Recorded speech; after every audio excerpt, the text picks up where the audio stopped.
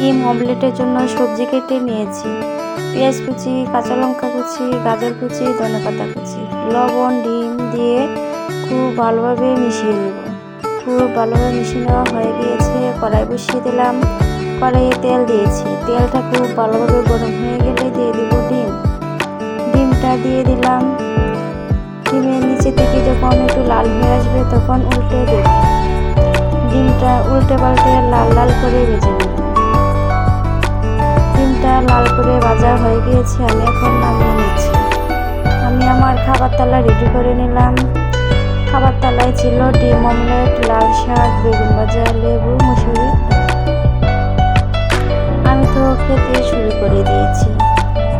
সকাল সকাল ডাল, অমলেট, শাক, বেগুন ভাজা, লেবু দিয়ে খুব জমে খাওয়া দাওয়া করছিলাম। ভিডিওটা ভালো লাগলে লাইক, কমেন্ট, শেয়ার করে দিবেন।